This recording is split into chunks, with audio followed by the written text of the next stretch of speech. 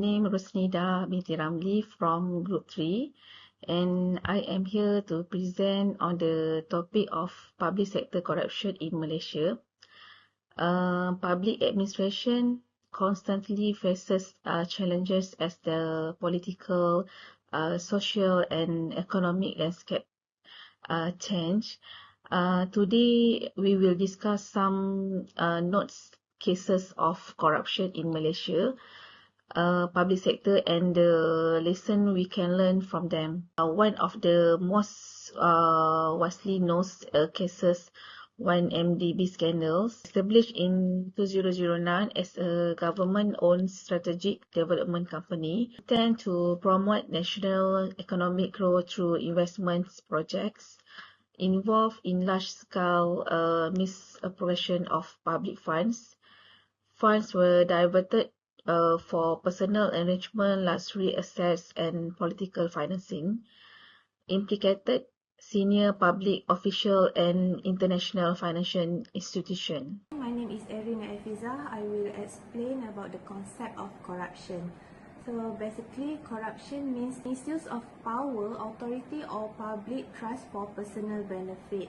Corruption often happens when public officials fail to perform their duties with honesty and instead prioritize their own interests. According to World Bank 1997, corruption is abuse of public office for private gain, while Transparency International 2023, corruption is abuse of entrust power for private gain.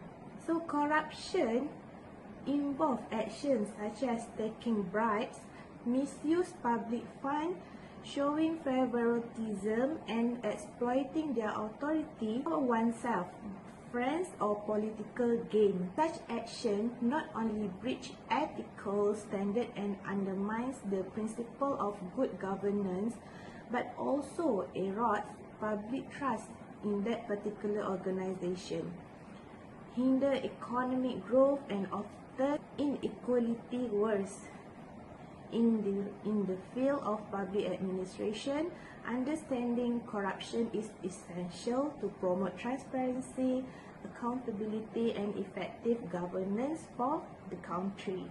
I will proceed to factors contributing to corruption. Point number 1 is weak governance and political system. So lack of transparency and accountability leads to public office use for personal gain. So poor political capacity and unstable system allow misuse of power. So corruption and weak governments reinforce each other. I will move to factors contributing to corruption. Point number 1 is weak governance and political system. Lack of transparency and accountability leads to public office use for personal gain. Weak governance and oversight make corruption easier, which is corruption and weak governments reinforce each other. Common corrupt practices in one government is favoritism, patronage, and misuse of funds. Point number 2 is lack of education and awareness, which is low education and awareness about corruption reduce public understanding on rights and ethics. So citizens may tolerate corruption if they don't recognize that action is actually wrong. So lack of awareness about corruption's economic and social impact reduce public pressure on officials. Improving education and public literacy fosters integrity and reduces long-term corruption risk. Point number 3 about factors contributing to corruption is weak legal and judicial system. Inconsistent punishment increase opportunities for abuse of power. Poorly enforcement law and political influence court allow impunity. Weak judicial system reduce public trust and accountability, so Strengthening judicial independence and law enforcement is the key to combating corruption in one government. And last point is economic factor.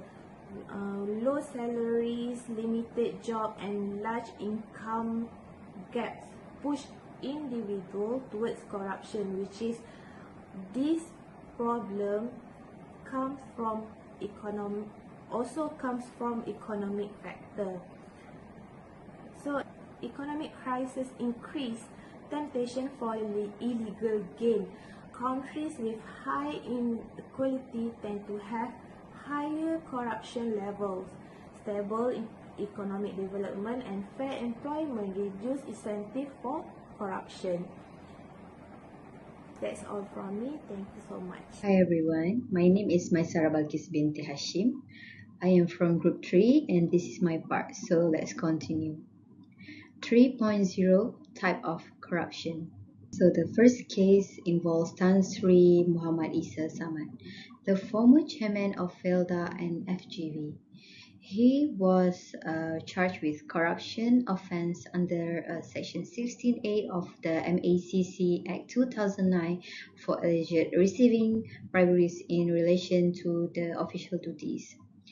This case shows abuse of power by a high-ranking public officially for personal gain. Next one, the second case involves a former deputy director in Penang who was charged with corruption for abusing his position by accepting briberies in the course of his duty. This case highlights corruptions involving public servants at the departmental level, and this case also affects integrity, transparency, and public trust. Hi, my name is Raimi Shakila and I'm from Group 3. We'll present to you part 3.3 and 3.4. So the first one, requesting or accepting bribery section 16 and 17A in ACC Act 2009. Requesting or accepting bribery happens when a person in authority asks for or receive money or a gift in exchange for performing or not performing their official duty. For example, a government officer who receives money to approve a project is committing bribery. A case in Kota Kinabalu involved a female civil servant Namila Ladahali who was charged with 30 corruption offences involving more than 87,000 ringgit Malaysia. The bribe money was allegedly deposited into her children's bank accounts to secure jobs and award work related to Sabah State Library Department. She faced charge under the MACC Act and the Penal Code. This case showed that bribery is a serious offence with strict legal consequences in Malaysia. So next, 3.4 Giving bribery, Section 17B MACC Act 2009. Giving bribery refers to an act where a person offers promises or give money or other benefit to a public officer in order to influence a decision or action. This offence is punishable under Section 17B of the MACC Act 2009. For example, the Malaysian Anti-Corruption Commission arrested 11 individuals including enforcement officer and a retired officer for their involvement corruption related to the workforce recalibration program, also known as the RTK program. The suspect were believed to have accepted bribe to speed up the application process for foreign immigrants to become legal workers in Malaysia. The arrests were made during an operation known as Outreach in several locations around the Klang Valley. During the operation, the MACC also said cash amounting to more than 116,000 ringgit Malaysia, along with communication device, jewellery and other valuable items. The case is currently being investigated under Section 70 of the MACC Act 2009.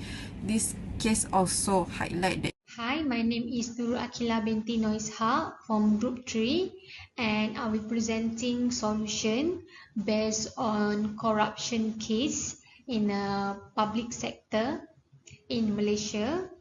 Firstly, we need to strengthen governance and oversight in a public agency.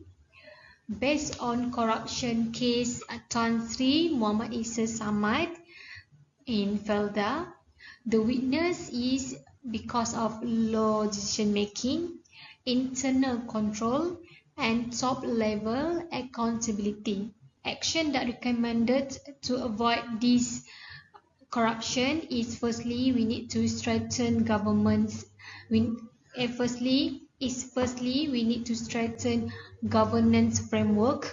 We need to clear separation of power and independence board oversight, and we need to strict compliance with the procurement and approval procedures, and we need to regulate audits and transparent reporting mechanisms. This will prevent abuse of power and protect public funds. And second is enhance internal control and accountability mechanism. Based on corruption case of former Deputy Director Penang, this corruption is because of weak internal control, cause abuse of authority, and manipulation process. Recommended actions that required to prevent these corruptions is to enhance internal control system that includes job rotation, supervision, and performance monitoring. Number 2 is clear documentation of decisions. And number 3 is enforce disciplinary action and independent investigation. These are to reduce misconduct and reinforce accountability. The third solution is we need to educate public servants on anti-corruption laws. Based on corruption case requesting accepting bribery, Section 16 and 17A, MACC Act 2009, we need to continuously educate about anti-corruption, and also we need to spread awareness of the legal consequence if public servants commit corruptions. Recommended actions that required is we need to have a regular training, workshop and program with MACC. We need to clarify bribery, abuse of power and conflict of interest as something that against the laws. This to make sure public servants uphold integrity and comply with laws. And lastly, solution for the corruption case is we need to enforce strict penalties to deter bribery. Based on corruption case, giving bribery, Section 17B MACC Act 2009 that involve public official and internal parties of offering bribes, we need to set a strict penalties for bribe givers and receivers. We need to educate businessmen and individuals on legal compliance. We need to promote ethical practice in the public instruction so that we can create a deterrence and corruption-free environment. My name is Nurhanan Ijkan binti Gaddafi. I am from Group 3, and this is the last part. In conclusion, corruption is still a serious issue in Malaysia public sector and affects how effective public administration can be in serving the public. For example, the Felda investment scandal involving the Tan Sri Muhammad Isa Abdul Samad shows how power can be misused when ethics and accountability are ignored. Although laws such as the MACC Act 2009, especially Section 23, exist to prevent abuse of position, weaknesses in governance, and ethical leadership, still allow corruption to happen. As a result, public trust in government institutions is weakened and the quality of public service delivery is also affected. Therefore, fighting corruption requires not only strong laws, but also firm enforcement, ethical leadership, and continuous ethics education among public servants. By strengthening integrity and accountability, the public sector can rebuild public trust and ensure good governance for the nation. That's it from me and my group. Thank you very much.